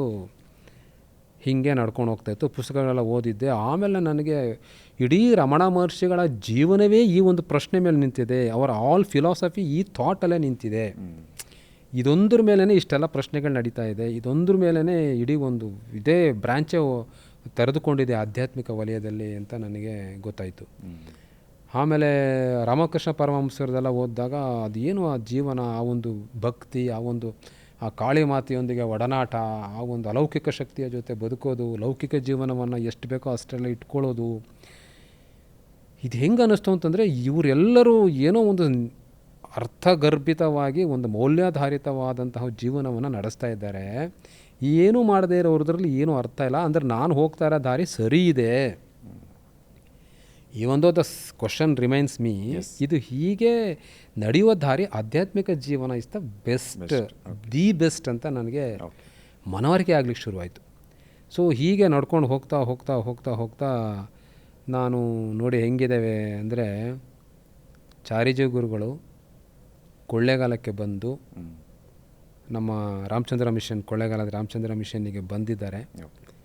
ಆ ರಾಮಚಂದ್ರ ಮಿಷನ್ ಏನು ಕೊಳ್ಳೇಗಾಲದಲ್ಲಿದೆ ಅಲ್ಲಿಗೂ ನಮ್ಮ ಮನೆಗೂ ಒಂದು 200 ಮೀಟರ್ಸ್ ಅಷ್ಟೇ, ಎರಡೇ ಸ್ಟ್ರೀಟು. ನಾನು ಆ ರಾಮಚಂದ್ರ ಮಿಷನ್ ಎದುರುಗಡೆನೇ ಓಡಾಡಿ ಕೆಲಸ ಸಿಕ್ಬಿಟ್ಟಿತ್ತು. ಅವಾಗ ನಾನು ಗುಂಡ್ಲುಪೇಟೆ ಕೆಲಸ ಸಿಕ್ಬಿಟ್ಟಿತ್ತು.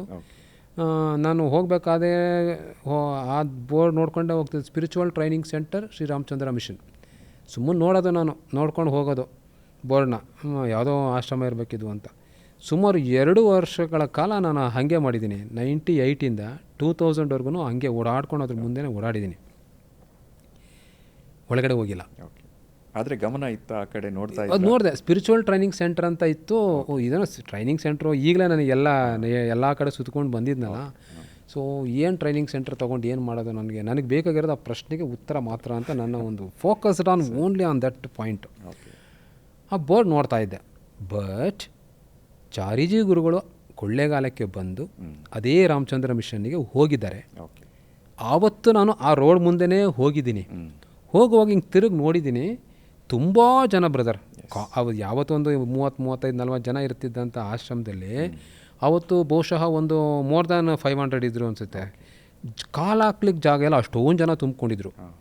ನಾನು ನೋಡಿದೆ, ಯಾರೋ ಬಂದಿರಬೇಕು VIP, ಇಷ್ಟೊಂದು ಜನ ಬಂದ್ಬಿಟ್ಟಿದ್ದಾರಲ್ಲ, ಇವ್ರು ಯಾರೋ ನಮ್ಮ ಕೊಳ್ಳೇಗಾಲದವ್ರ ಥರನೂ ಕಾಣ್ತಾ ಇಲ್ಲ, ಅಕ್ಕಪಕ್ಕದವ್ರು ಎಲ್ಲ ಬಂದು ಸೇರ್ಕೊಂಡ್ಬಿಟ್ಟಿದ್ದಾರೆ, ಯಾರೋ ಒಬ್ಬರು ಮಹಾನ್ ವ್ಯಕ್ತಿ ಬಂದಿರಬೇಕು, ಅವರು ನೋಡೋಕೆ ಬಂದಿದ್ದಾರೆ ಅಂತ. ಅದು ನನಗೆ ಬೈ 6th ಇದರಲ್ಲೇ ಕಾಮನ್ ಜನರಲ್ ನಾಲೆಡ್ಜಲ್ಲೇ ಗೊತ್ತಾಯ್ತು, ಯಾರೋ ಬಂದಿದ್ದಾರೆ, ಇಲ್ಲೊಬ್ಬರು VIP ಬಂದಿದ್ದಾರೆ ಅಂತ.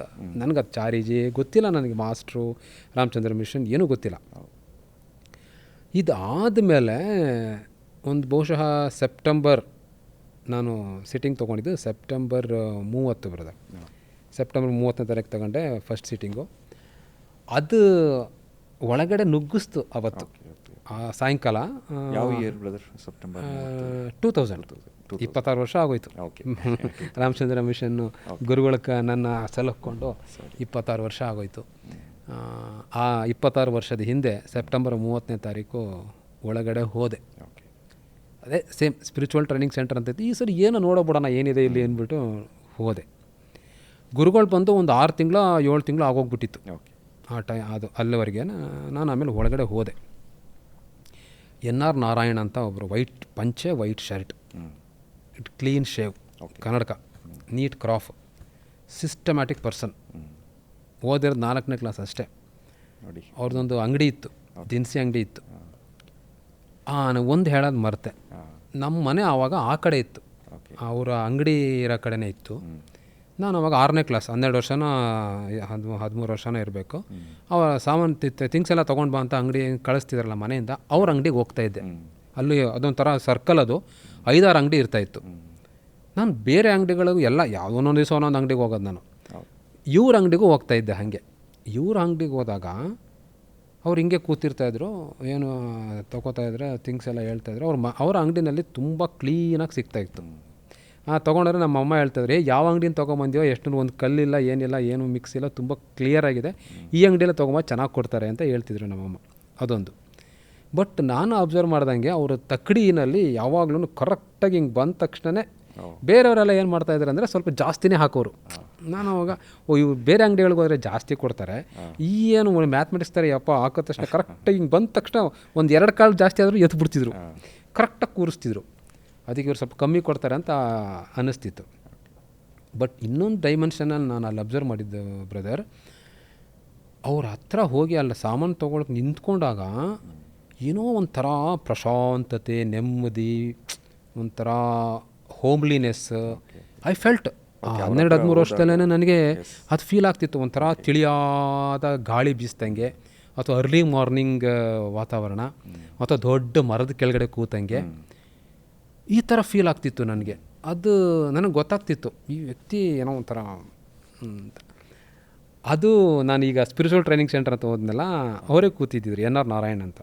ನೋಡಿದೆ, ಇವ್ರು ನಾನು ನೋಡಿದ್ದೀನಿ, ನಾನು ಅಲ್ಲಿ ಅಂಗಡಿನಲ್ಲಿ ಸಾಮಾನು ತಗೋತಿದ್ನಲ್ಲ, ಅವರೇ ಅಲ್ವ ಇವರು ಅಂದ್ಕೊಂಡು ಹೋಗಿ ಕೂತ್ಕೊಂಡೆ. ಓದಿಲ್ಲ ಬ್ರದರ್, 4ನೇ ಕ್ಲಾಸ್ ಅಷ್ಟೇ ಓದಿದ್ದಿದ್ದವರು. ಕೂತ್ಕೊಂಡೆ. ಏನು ಬಂದ್ರಿ, ಏನು ಮಾಡ್ತಿದ್ದೀರಾ? ನಾನು ಡಾಕ್ಟರ್ ಆಗಿದ್ದೆ ಅವಾಗ. ಅದೇ ಜಾಬಲ್ಲಿ ನಾನು ವೈದ್ಯಾಧಿಕಾರಿ ಕೆಲಸ ಮಾಡ್ತಾಯಿದ್ದೀನಿ, ಸೊ ಅಂತೆಲ್ಲ ಹೇಳಿದೆ. ಹಾಗೆ ಸ್ಪಿರಿಚುವಲ್ ಕಡೆ ಏನಿದು ಸ್ಪಿರಿಚುವಲ್ ಟ್ರೈನಿಂಗ್ ಸೆಂಟರ್ ಅಂತಿದೆಯಲ್ಲ, ಏನು ಹಾಗೆ ಹೀಗೆ ಅಂತೆಲ್ಲ ಕೇಳೋಕ್ಕೆ ಶುರು ಮಾಡಿದೆ. ಆವಾಗ ಪಾಪ ಅವ್ರು ಏನು ಹೇಳ್ತಾರೆ, ಅವ್ರಿಗೆ ಗೊತ್ತಿದ್ದಿದ್ದೆ ಮಾಸ್ಟರು, ಮಿಷನ್ನು, ಮೆಥಡು, ಶುದ್ಧೀಕರಣ, ಕ್ಲೀನಿಂಗು, ಪ್ರೇಯರು, ಮೆಡಿಟೇಷನು, ಈ ಕಾನ್ಸ್ಟೆಂಟ್ ರಿಮೆಂಬ್ರೆನ್ಸು, ಇಷ್ಟರಲ್ಲೇ ಅವ್ರ ಜೀವನನೇ ಕಟ್ಕೊಂಡ್ಬಿಟ್ಟಿದ್ರು, ಬದುಕ್ತಾಯಿದ್ರು. ನನಗೆ ಅವೆಲ್ಲ ಹಿನ್ನೆಲೆ ಗೊತ್ತಿಲ್ಲಲ್ಲ. ನಾನು ಶುರು ಮಾಡಿದೆ. ಅವ್ರು ನಾನು ಹೇಳೋದು ಅವ್ರು ಕೇಳೋದು. ದ್ವೈತ, ಅದ್ವೈತ, ವಿಶಿಷ್ಟಾದ್ವೈತ, ಉಪನಿಷತ್ತು, ಗೀತೆ ಏನು ಹೇಳ್ತಾಯಿದ್ದೀನಿ ಬ್ರದರ್, ಹೇಳ್ತಾನೆ ಸುಮಾರು 1 hour ಮಾತಾಡಿದ್ದೀನಿ ಅವತ್ತು ಸಾಯಂಕಾಲ. ಅವ್ರು ಕೇಳ್ತಾನೆ ಇದ್ದಾರೆ, ಲಿಸನಿಂಗ್. ಸುಮ್ಮನೆ ಕೂತ್ಕೊಂಡು ಕೇಳ್ತಾ ಇದ್ದಾರೆ. ಹೌದು ಡಾಕ್ಟ್ರೇ, ಹೇಳಿ ಡಾಕ್ಟ್ರೇ, ಸರಿ ಡಾಕ್ಟ್ರೇ, ನೀವು ಹೇಳೋದು ಕರೆಕ್ಟ್ ಡಾಕ್ಟ್ರೇ ಅಂತ. ಆಯಿತು, ಖಾಲಿ ಆಗೋಯ್ತು ಎಲ್ಲ. ಎಷ್ಟು ಮಾತಾಡೋಕ್ಕಾಯ್ತದೆ, ಹಾಗೆ ಖಾಲಿ ಆಗೋಯ್ತು. ಖಾಲಿ ಆಗೋವರೆಗೂ ಕಾಯ್ಕೊಂಡಿದ್ರು, ತಾಳ್ಮೆಯಿಂದ ಕೂತಿದ್ರು, ಪ್ರೀತಿಯಿಂದ ಕೂತಿದ್ರು.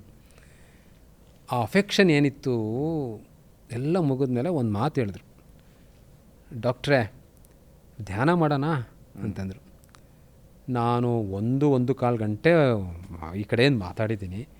ಅಷ್ಟೂ ತಾಳ್ಮೆಯಿಂದ ಕೇಳಿಸ್ಕೊಂಡು ಕೂತಿದ್ದಾರೆ. ಈಗೇನೋ ಧ್ಯಾನ ಮಾಡೋಣ ಅಂತ ಕೇಳ್ತಿದ್ದಾರೆ, ಯಾಕಾಗಬಾರ್ದು, ನಾನು ಅವ್ರ ಮಾತಕ್ಕೂ ಬೆಲೆ ಕೊಡೋಣ, ಹಿರಿಯರು ದೊಡ್ಡವರು ಅಂದ್ಬಿಟ್ಟು, ಆಯಿತು ನಂಗೆ ಬ್ರದರ್ ಅಂತ ಗೊತ್ತಿರೋಲ್ಲ, ಆಗಲಿ ಮಾಡೋಣ ಸರ್ ಅಂತಂದೆ. ಸರ್ ಅನ್ಬೇಡಿ, ಬ್ರದರ್ ಅಂತೇನೆ ಅಂದರು. ಆಯಿತು ಬ್ರದರ್, ಅವರು ವಯಸ್ಸಾಗಿದೆ, ಅಂಕಲ್ ಅಂತ ಕರಿಬೇಕು ನಾನು, ಅವರು ಬ್ರದರ್ ಅಂತಿದ್ದಾರೆ. ಸರಿ ಆಯಿತು ಬ್ರದರ್ ಅಂತಂದೆ. ಬನ್ನಿ ಒಳಗಡೆ ಅಂದರು. ಆಮೇಲೆ ಹೋಗ್ಬಿಟ್ಟು ಕೂತ್ಕೊಂಡ್ಮೇಲೆ ಇದೇ ಥರ ಹಿಂಗೆ ಎದುರು ಬದ್ರು ಕೂತ್ಕೊಂಡ್ರು. ಹೇಳಿದ್ರು, ಡಿವೈನ್ ಲೈಟ್ ಇಲ್ಲಿದೆ ಅಂತ ಹೇಳ್ಕೊಂಡು ನೀವು ಧ್ಯಾನ ಶುರು ಮಾಡಿ. ಒಂದು 4 ಲೈನ್ ಪ್ರೇಯರ್ ಹೇಳಿದ್ರು. ಸ್ವಲ್ಪ ಚೇಂಜ್ ಇತ್ತು, ಈಗಿನ ಪ್ರೇಯರ್ಗೆ ಹೋಗಿ ಒಂದು ಸ್ವಲ್ಪ 4 ಲೈನ್ ಜಾಸ್ತಿ ಇತ್ತು. ಸರಿ ಕೂತ್ಕೊಂಡೆ. ಅವರು ನಂಗೆ ಗೊತ್ತಿರಲಿಲ್ಲ, ಒಂದು ಬುಕ್ಕಲ್ಲಿ ಒಂದು ಚಿಕ್ಕ ಪುಸ್ತಕ, ಮಾಮೂಲಿ AP ದೊರೆಯವರೆಲ್ಲ ಬರೆದಿದ್ರಲ್ಲ, ಆ ಪುಸ್ತಕ ಒಂದು ತೆಗೆದುಕೊಟ್ರು, ಪ್ರೇಯರ್ ಇದೆ ಅಂತ. ಅದನ್ನ ಇಟ್ಕೊಂಡು ಒಂದು ಸಲ ಹೇಳ್ಕೊಳ್ಳಿ ಅಂದರು. ಒಂದು ಸಲ ನೋಡಿಕೊಂಡೆ, ಹೇಳ್ಕೊಂಡೆ, ಮುಚ್ಚಿಟ್ಬಿಟ್ಟು ಕೂತ್ಕೊಂಡೆ. ಪ್ಲೀಸ್ ಸ್ಟಾರ್ಟ್ ಅಂತೇಳಿ. ಓಕೆ, ಅಷ್ಟೇ ಬ್ರದರ್. ಆವತ್ತು ಶುರುವಾದ ಸಿಟ್ಟಿಂಗು ಇವತ್ತೂ ನಡೀತಿದೆ ನನಗೆ. ಇಟ್ ಕಂಟಿನ್ಯೂಸ್, ನಡ್ಕೊಂಡು ಬರ್ತಾನೇ ಇದೆ. ಇವಾಗ ನಿಮ್ಮ ಜೊತೆ ಮಾತಾಡ್ತಾ ಇದ್ರೂ I can feel that the essence of the same sitting. ಹೀಗೆ ನಡೀತಾ ಇದೆ. ಆ ಅನುಭವ ಏನಿದೆ ಅದು ನನ್ನ ಜೀವನದಲ್ಲಿ ನನ್ನ ಜೀವನನೇ ಅದು, ಮರೆಯೋ ಪ್ರಶ್ನೆ ಅಲ್ಲ, ಆ ಜೀವನನೇ ಅದು ಆಗೋಯ್ತು. ಆ ಸಿಟ್ಟಿಂಗ್ ನಡೀತಾನೆ ಇದೆ, ಹಾಗೆ ನಡೀತಾ ಇದೆ. ಆ ಪ್ರಶ್ನೆ ಇತ್ತಲ್ಲ, ಏನು ನಾನಾರು ಅಂತ ಇತ್ತಲ್ಲ, ಆ ಪ್ರಶ್ನೆ ಅವ್ರು ಯಾವ ಥರ ಒಂದು ಪುಸ್ತಕ ಕೊಟ್ಟರು ನನಗೆ, ಬ್ರದರ್ ನಾರಾಯಣ್ ಬ್ರದರ್. ಅದಾದಮೇಲೆ ಇದೆಲ್ಲ ಆದಮೇಲೆ ನಾನು ಅವ್ರಿಗೆ ಈ ಪ್ರಶ್ನೆ ಎಲ್ಲ ನನಗೆ ಗೊತ್ತಿತ್ತು, ಈ ಪ್ರಶ್ನೆಗೆ ಅವ್ರ ಆನ್ಸರ್ ಅವೆಲ್ಲ, ಅದು ಪ್ರಶ್ನೆ ಹೇಳದೇ ಇದ್ದಂಗೆ ಆಗೋಯ್ತು.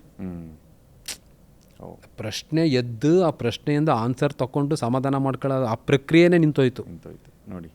ಒಂದು ರೀತಿ ಸುಟ್ಟು ಭಸ್ಮ ಆಗೋಯ್ತು ಅಂತಾರಲ್ಲ ಹಾಗೆ. ಆಮೇಲೆ ಅವರು ಸುಮಾರು ಒಂದು ವರ್ಷನೋ 2 ವರ್ಷನೋ ಆದಮೇಲೆ ಅವ್ರ ಮನೆಯಲ್ಲಿ ಒಂದು ಬುಕ್ ಇತ್ತು, ಯಾತ್ರ ಅಂತ. ಅದು ಮಾಸ್ಟ್ರು ಫಾರಿನ್ಗೆ ಹೋಗಿದ್ದೆಲ್ಲ ಸೇರಿಸಿ ಮಾಡಿದ್ದು ಬುಕ್. ಅದು ಕೊಟ್ಟರು, ಇದು ಓದಪ್ಪ ಅಂತ. ಸರಿ, ಅಲ್ಲೇ ನಾನು ಓದ್ತಾ ಇದ್ದೆ. ಅಲ್ಲಿ ಬಾಬೂಜಿ ಅವರಿಗೆ ಒಂದು ಇಂಟರ್ವ್ಯೂ ಮಾಡ್ತಾರೆ, ಆಕಾಶವಾಣಿಯವರು, ನಂಗೆ ಬರ್ತಾಗಿದೆ ಎಲ್ಲಿ ಅಂತ. ಇಂಟರ್ವ್ಯೂ ಮಾಡ್ತಾರೆ. ಇಂಟರ್ವ್ಯೂ ಮಾಡುವಾಗ ಅಲ್ಲಿ ಕೇಳ್ತಾರೆ, ಸೇಮ್ ಪ್ರಶ್ನೆ ಕೇಳ್ತಾರೆ ಬಾಬೂಜಿ ಅವರಿಗೆ, ಹೂ ಯು ಆರ್ ಅಂತ ಕೇಳ್ತಾರೆ ಬ್ರದರ್. ನನಗೆ ಆಗ ಕುತೂಹಲ ಅಲ್ವಾ, ಬಾಬೂಜಿ ಏನು ಆನ್ಸರ್ ಮಾಡಿದ್ದಾರೆ ಸೇಮ್ ಕ್ವೆಶನ್ಗೆ ಅಂತ. ಅವ್ರು ಹೇಳ್ತಾರೆ, I am what I ought to be. ಹಿಂಗೆ ಇದೆ, I am what I ought to be. ನಾನು ಏನು ಆಗಬಹುದೋ ಅದು ನಾನು ಈಗ ಆಲ್ರೆಡಿ ಆಗಿದ್ದೀನಿ. ಅಂದರೆ ಇದು ಒಂದು ಆಗುವಂತಹ ಪ್ರಕ್ರಿಯೆ, ಇದು ಇಟ್ ಹ್ಯಾಸ್ ಟು ಹ್ಯಾಪನ್. ಈ ಆಗುವಂತಹ ಪ್ರಕ್ರಿಯೆಯಲ್ಲಿ ನಾವು ಏನೇನಾಗೋಗಿದ್ದೀವೋ ಅದೆಲ್ಲವೂ ಕಳ್ಕೋಬೇಕು. ಆಗೋಗಿರೋದನ್ನೆಲ್ಲ ಕಳ್ಕೊಂಬಿಟ್ರೆ ಆಲ್ರೆಡಿ ಏನು ಇನ್ಸ್ಟಾಲ್ಡ್ ಆಗಿರುತ್ತೆ, ಒರಿಜಿನಲ್ ಇನ್ಸ್ಟಾಲ್ಡ್ ಆಗಿರುತ್ತಲ್ಲ, ಅದು ಅಷ್ಟೇ. ಅದೇ ಆನ್ಸರ್. ಅದಕ್ಕೆ ಆನ್ಸರ್ ಅಂದರೆ ಏನೇನೇನೇನೇನೇನು ಆಗೋಗಿದ್ದೀವೋ ಅದೆಲ್ಲವನ್ನು ಕಳ್ಸ್ಕೊಂಡ್ಬಿಟ್ರೆ ಏನು ಉಳ್ಕೊಳ್ಳುತ್ತೋ ಹೌದು, ಅದೇ I am what I ought to be, I am what I ought to be ಅಂತ ಬಾಬೂಜಿ ಅವರಿಂದ ಆನ್ಸರ್ ಬಂತು. ಹೀಗೆ ನನ್ನ ಒಂದು ಜೀವನ ಇದು ಆಧ್ಯಾತ್ಮಿಕ ಜೀವನ ಹೀಗೆ ಶುರುವಾಯಿತು ಬ್ರದರ್. ನಾನು ಪೋಸ್ಟ್ ಮಾರ್ಟಮ್ ಎಲ್ಲ ಮಾಡ್ತಾಯಿದ್ದೆ ಮೆಡಿಕಲಲ್ಲಿ, ಫಾರೆನ್ಸಿಕ್ ಮೆಡಿಸಿನ್ ಇಂಥ ಕ್ಲಾಸ್ ಇರ್ತಿತ್ತು ಹುಬ್ಳಿನಲ್ಲಿ. ಆ ಕಡೆ ಏನು 20-30 ಡೆಡ್ ಬಾಡಿಗಳೆಲ್ಲ ಬಂದು ಬಿದ್ದಿರ್ತಾಯಿತ್ತು. ನಮ್ಮ ಫಾರೆನ್ಸಿಕ್ ಸರ್ಸ್ ಕರೀತಾಯಿದ್ರು, ನಾವೆಲ್ಲ ನೋಟ್ಸ್ ಇಟ್ಕೊಂಡು ಹಿಂಗೆಲ್ಲ ಹೋಗಿ ನಿಂತ್ಕೊತಾ ಇದ್ವು. ಮತ್ತು ಅನಾಟಮಿನಲ್ಲಿ ಹೋದಾಗ ಡಿಸೆಕ್ಷನ್ಸ್ ಎಲ್ಲ ಇರ್ತಾಯಿತ್ತು, ಡೆಡ್ ಬಾಡಿ ಎಲ್ಲ. ಅದು ಡೆಡ್ ಬಾಡಿ ಒಂಥರ ಅದು ಫುಲ್ ಎಲ್ಲ ಒಂಥರ ಇದಾಗೋಗಿ ಹಾರ್ಡ್, ಅದು ಏನೋ ಒಂಥರ ಅಷ್ಟು ಇದಾಗ್ತಿರ್ಲಿಲ್ಲ. ಬಟ್ ಫಾರೆನ್ಸಿಕ್ ಮೆಡಿಸಿನಲ್ಲಿ ರಿಯಲ್ ಬಾಡಿ ಫುಲ್ ಪೋಸ್ಟ್ ಮಾರ್ಟಮಿಗೆ ಬರ್ತಾ ಇದ್ದಾಗ ನೋಡ್ತಾ ಇದ್ವಲ್ಲ, ಸೇಮ್ ಮನುಷ್ಯ ಹೆಂಗಿರ್ತಾನೆ ಹಾಗೆ ಇರ್ತಾಯಿತ್ತು. ಉಸಿರಾಡ್ತಾ ಇರಲಿಲ್ಲ ಅಷ್ಟೇ, ಹಾರ್ಟ್ ಬೀಟ್ ಇರಲಿಲ್ಲ ಅಷ್ಟೇ, ಚಲನೆ ಇರಲಿಲ್ಲ ಅಷ್ಟೇ.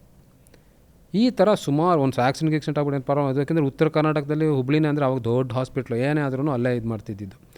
ಒಂದೊಂದು ಸಲ ಫುಲ್ ಬಂದ್ಬಿಡೋದು, 10 ಬಾಡಿ 15 ಬಾಡಿ ಒಟ್ಟೊಟ್ಟಿಗೆ ಬರ್ತಿತ್ತು. ನಾವೆಲ್ಲ ಸೆಕೆಂಡ್ ಇಯರ್ MBBS ಅಲ್ಲಿ ಫಾರೆನ್ಸಿಕ್ ಸ್ಟೂಡೆಂಟ್ಸ್ ಹೋಗ್ತಿದ್ವಲ್ಲ, ನೋಡ್ತಾಯಿದ್ವು. ಫಸ್ಟ್ ಇಯರ್ನಲ್ಲೇ ಡೆಡ್ ಬಾಡಿ ನೋಡ್ತಾಯಿದ್ವು ಡಿಸೆಕ್ಷನ್ ಮಾಡೋಕ್ಕೆ. ಸೆಕೆಂಡ್ ಇಯರ್ನಲ್ಲಿ ಸೆಕೆಂಡ್ ಫೇಸಲ್ಲಿ ನಾವು forensic dead body real post ಮಾರ್ಟಮ್ಗೆ ಬರ್ತಾಯಿತ್ತು. ನಾನು ನೋಡ್ತಾ ಇದ್ದೆ, ಏನು ಎಲ್ಲ ನಮ್ಮ ಥರನೇ ಇದೆ, ಕರೆಕ್ಟಾಗಿದೆ. ಅದೊಂದು ಉಸಿರಿಲ್ಲ, ಅದೊಂದು ಸರ್ಕ್ಯುಲೇಷನ್ ಇಲ್ಲ, ರೆಸ್ಪಿರೇಷನು ಸರ್ಕ್ಯುಲೇಷನು ಇಲ್ಲ, ಟೆಂಪ್ರೇಚರ್ ಇರೋದಿಲ್ಲ, ಮೂಮೆಂಟ್ ಇರೋದಿಲ್ಲ.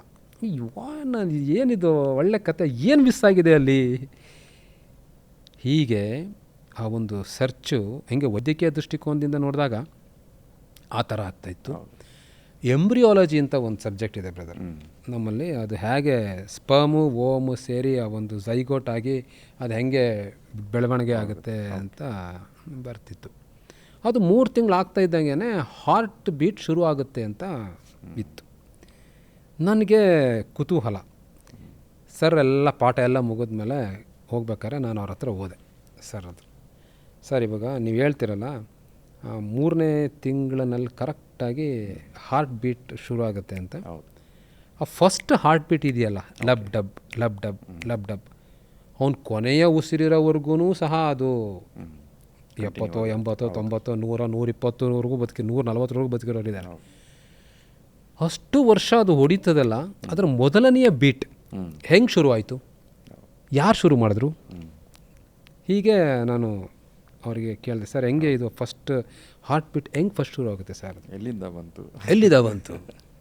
ಯಾಕೆಂದರೆ ಅದು ಬರೀ ಸೆಲ್ಗಳದ್ದು ಒಂದು ಇದು ಅಷ್ಟೇ, ಅದು ಮಾರುಲಾ ಅಂತ ನಾವೇನು ಹೇಳ್ಕೊಂಡು ಹೋಗ್ತೀವಿ, ಗ್ರೂಪ್ ಆಫ್ ಇದು, ಅದು ಬರೀ ಸೆಲ್ಗಳೇ ಇತ್ತು.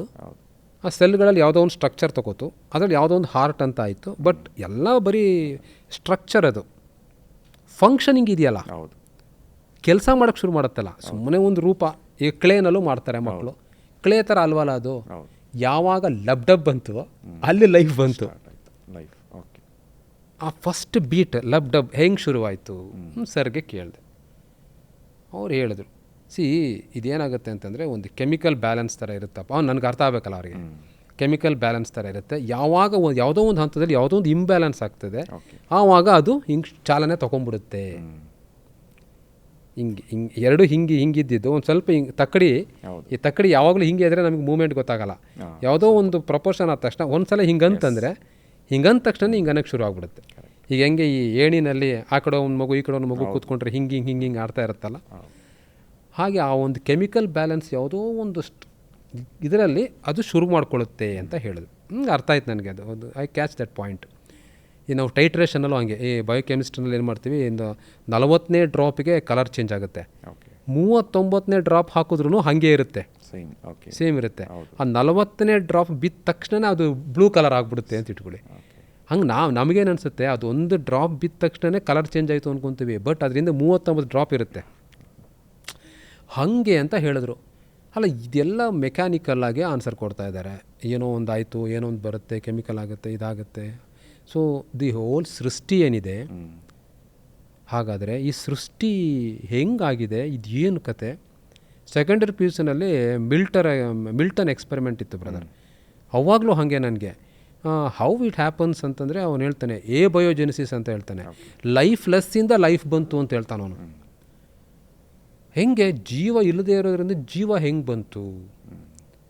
ಅವನು ಎಕ್ಸ್ಪೆರಿಮೆಂಟ್ ಮಾಡ್ತಾನೆ ಎಲ್ಲ ಇಡೀ ಇದೇ ಬರೋದಕ್ಕಿಂತ ಮುಂಚೆ, ಸೃಷ್ಟಿ ಆಗೋದಕ್ಕೆ ಇವೆಲ್ಲ ಅನಿಮಲ್ಸ್ ಎಲ್ಲ ಲೈಫ್ ಬರೋದಕ್ಕಿಂತ ಮುಂಚೆ ಗುಡುಗು, ಸಿಡಿಲು, ಮಣ್ಣು, ಗಾಳಿ, ಟೆಂಪ್ರೇಚರ್ ಜಾಸ್ತಿ ಆಗೋದು, ಜ್ವಾಲಾಮುಖಿ, ಜೋರಾಗಿ ಮಳೆ ಹುಯ್ಯೋದು, ಹೌದು. ಈ ಥರ ಎಲ್ಲ ಇರುತ್ತಲ್ಲ, ಅದೇ ರೀತಿ ಮಾಡ್ತಾನೆ ಅವನು ಮಿಲ್ಟನ್ನು. ಅವ್ನ ಲ್ಯಾಬಲ್ಲಿ ಎಲ್ಲ ತೊಗೊಂಬರೋದು, ಫುಲ್ ಸ್ಪಾರ್ಕ್ಸ್ಗಳು ಹಾಕೋದು. ಸ್ಪಾರ್ಕ್ಸ್ ಮಾಡ್ತು ಅಂತಂದರೆ ಎಲೆಕ್ಟ್ರಿಕ್ ಶಾಕ್ ಕೊಡೋದು, ಅದು ಒಂಥರ ಮಿಂಚು ಗುಡುಗು, ಹಾಗೆ ಹೋಗೋದು. ಸಡನ್ನಾಗಿ ಕೋಲ್ಡ್ ಮಾಡಿಬಿಡೋದು, ಹಿಮಾಲಯ ಪರ್ವತದ ಥರ ಫುಲ್ ಐಸ್ ಥರ ಮಾಡಿಬಿಡೋದು. ಮತ್ತು ಹೀಗೆ ಆ ಟೈಮಲ್ಲಿ ಏನಿತ್ತು ಕಾರ್ಬನ್ನು, ನೈಟ್ರೋಜನ್ನು, ಆಕ್ಸಿಜನ್ನು, ಏನು ಗ್ಯಾಸಸ್ ಇರುತ್ತೆ ಆ ಗ್ಯಾಸಸ್ಗಳನ್ನೇ ಬಿಡೋದು. ಹೀಗೆ ಮಾಡ್ಕೊಂಡು ಬರ್ತಾ ಅವನೊಂದು ಇದು ಮಾಡ್ತಾನೆ, ಬಯೋಜೆನಿಸಿಸಿಂದ ಬಯೋಜೆನಿಸಿಸ್, ಲೈಫ್ಲೆಸ್ಸಿಂದ ಲೈಫ್ ಬಂತು ಅಂತ. ನನಗಿದೆಲ್ಲ ಓದಿದಾಗ ಏನು ಅನ್ನಿಸ್ತು ಅಂದರೆ, ಇಡೀ ಜಗತ್ತು, ಇಡೀ ಸೃಷ್ಟಿ, ಇಡೀ ಬ್ರಹ್ಮಾಂಡ ಎಲ್ಲ ಒಂದೇ, ಎರಡನ್ನೋದು ಇಲ್ಲವೇ ಇಲ್ಲ. ಅಲ್ಲಮ ಪ್ರಭುಗಳು ಒಂದು ಕಡೆ ಹೇಳ್ತಾರೆ ಎರಡೆಂಬುದಿಲ್ಲ ಅಂತ. ಒಂದೇ ಅದೊಂದು ವರ್ಡ್ ಎರಡೆಂಬುದಿಲ್ಲ ಅನ್ನೋದು ಗೊತ್ತಾಗಬೇಕಾದ್ರೆ ಪ್ರಾಕ್ಟಿಕಲಾಗಿ ನೀನು ವೈದ್ಯಕೀಯ ಮನೋಭಾವದಿಂದನಾದರೂ ನೋಡು, ಆಧ್ಯಾತ್ಮಿಕ ಮನೋಭಾವದಿಂದನಾದರೂ ನೋಡು, ಅಥವಾ ನೀನು ಜನರಲ್ ನಾಲೆಡ್ಜಿಂದನೂ ಚೆಕ್ ಮಾಡು. ಎರಡನ್ನುವುದು ಇಲ್ಲವೇ ಇಲ್ಲ. ಅವನು ಒಂದು ಅಂತ ಹೇಳ್ತಾ ಇಲ್ಲ, ಎರಡೆಂಬುದಿಲ್ಲ. ಈಗ ನಾನು ಈ ಸೋಫಾ ಮೇಲೆ ಕೂತಿದ್ದೀನಿ ಅಂದರೆ sofa is also have the life, ಈ mike is also having this life, I D card is also having its own life. ಎಲ್ಲದಕ್ಕೂ ನಾವು ಸುಮ್ಮನೆ ಅದನ್ನು ನಾವು ಇದು ಮಾಡ್ಕೊಂಡು ಪ್ರಪೋರ್ಷನೇಟಲ್ಲಿ ಯಾವುದೋ ಒಂದು ಪ್ರಪೋರ್ಷನೇಟ್ಗೆ ಹೋದಾಗ ಅದು ನಮಗೆ ಗೊತ್ತಾಗುತ್ತೆ ಅಷ್ಟೇ. ಎಲ್ಲವೂ ಒಂದೇ, ಎರಡೆಂಬುದಿಲ್ಲ.